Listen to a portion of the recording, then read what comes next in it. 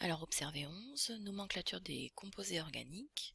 On va réviser ce qui a été fait en première sur certaines fonctions particulières et puis on va aller un petit peu plus loin. Donc à la fin, on sera capable, sur une molécule comme ça, de trouver les groupes caractéristiques, de les nommer, et puis si on nous donne son nom, d'arriver à retrouver quelles sont les parties du nom qui correspondent aux parties de la molécule. Alors, première chose, reconnaître les groupes caractéristiques dans un certain nombre de composés particuliers. Alors, on va séparer en deux grandes catégories, avec une double liaison CO, et puis la deuxième partie, ça sera sans cette fameuse double liaison.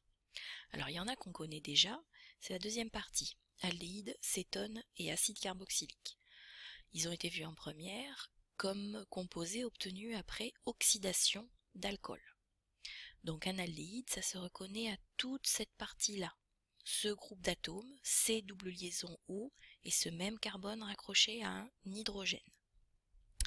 Cétone, toujours cette même double liaison carbone-oxygène, mais par contre, de chaque côté, on a ce qu'on appelle des restes de molécules, ce qu'on avait déjà là, c'est-à-dire un ensemble d'enchaînements d'atomes de carbone et d'hydrogène.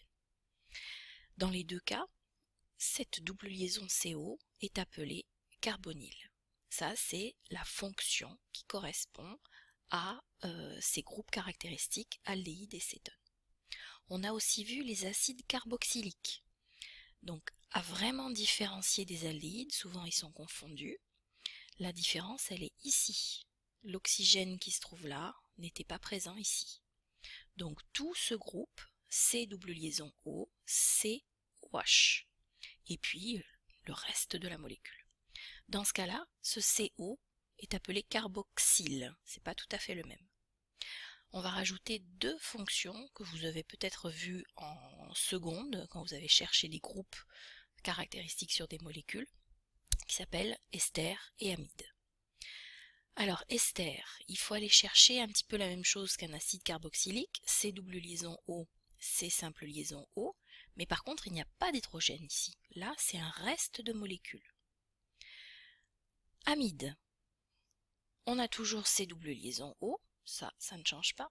Par contre cette fois-ci accroché au carbone, on va retrouver un atome d'azote. Alors comme l'atome d'azote est relié à trois autres groupes, il a trois doublés liants autour de lui, et bien ça peut être de deux façons. Soit il est raccroché à un hydrogène, soit au contraire il est raccroché à deux restes de molécules. Et dans ces deux cas-là, le CO est encore une fois appelé carbonyle. Autre ensemble de fonctions organiques, celles qui sont sans double liaison carbone-oxygène. On connaît déjà les alcools. Les alcools, il faut aller chercher ce groupe OH et que OH tout seul, que l'on va appeler hydroxyle ou parfois hydroxo. Des nouveaux, amines. Cette fois, c'est pas OH, mais c'est NH. Et puis, comme on l'a déjà dit, l'azote étant relié à trois groupes, ça va nous faire NH2.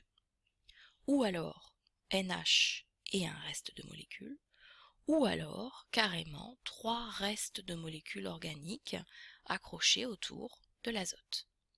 Dans ce cas-là, on appelle ça le groupe amino. Déjà connu, les alcènes, on cherche une double liaison carbone-carbone dans la molécule, et puis le reste ici, ce sont des enchaînements d'atomes de carbone et d'hydrogène. Des composés aromatiques. Alors on les a un petit peu vus l'année dernière, puisque ce sont des composés qui ont des doubles liaisons, mais séparées par des liaisons simples, autrement dit ce sont des doubles liaisons conjuguées.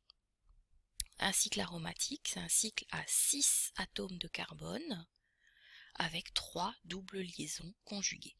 Ça c'est très facile à trouver dans une molécule, et c'est souvent ce qui va donner de la couleur à une molécule. Alcane, déjà vu aussi, il n'y a rien, aucune fonction dans la molécule, que des atomes de carbone, des atomes d'hydrogène et des liaisons simples.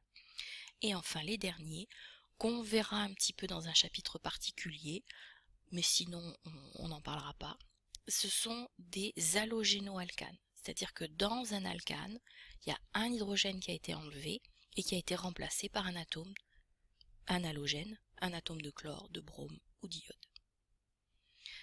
Alors une fois qu'on a su repérer les groupes d'atomes, donc les groupes caractéristiques, qu'on les a associés à un nom, fonction, il faut être capable de donner le nom complet d'une molécule. Donc quelques règles à respecter en fonction des groupes caractéristiques. Les règles de base sont celles qu'on a vues l'année dernière. Le nom de la molécule va dériver de la chaîne la plus longue, la chaîne principale. Et tout ça, c'est ce qu'il faut connaître par cœur, c'est les noms de ces alcanes qui vont constituer les familles.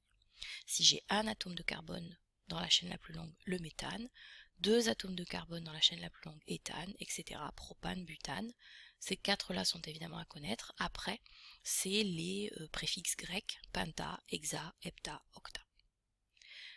Si la chaîne est ramifiée, autrement dit, si sur la chaîne la plus longue, à un endroit, on va trouver une ramification, une branche supplémentaire, on va retrouver le groupe méthyle si on n'a qu'un seul atome de carbone, le groupe éthyle s'il y a deux atomes de carbone.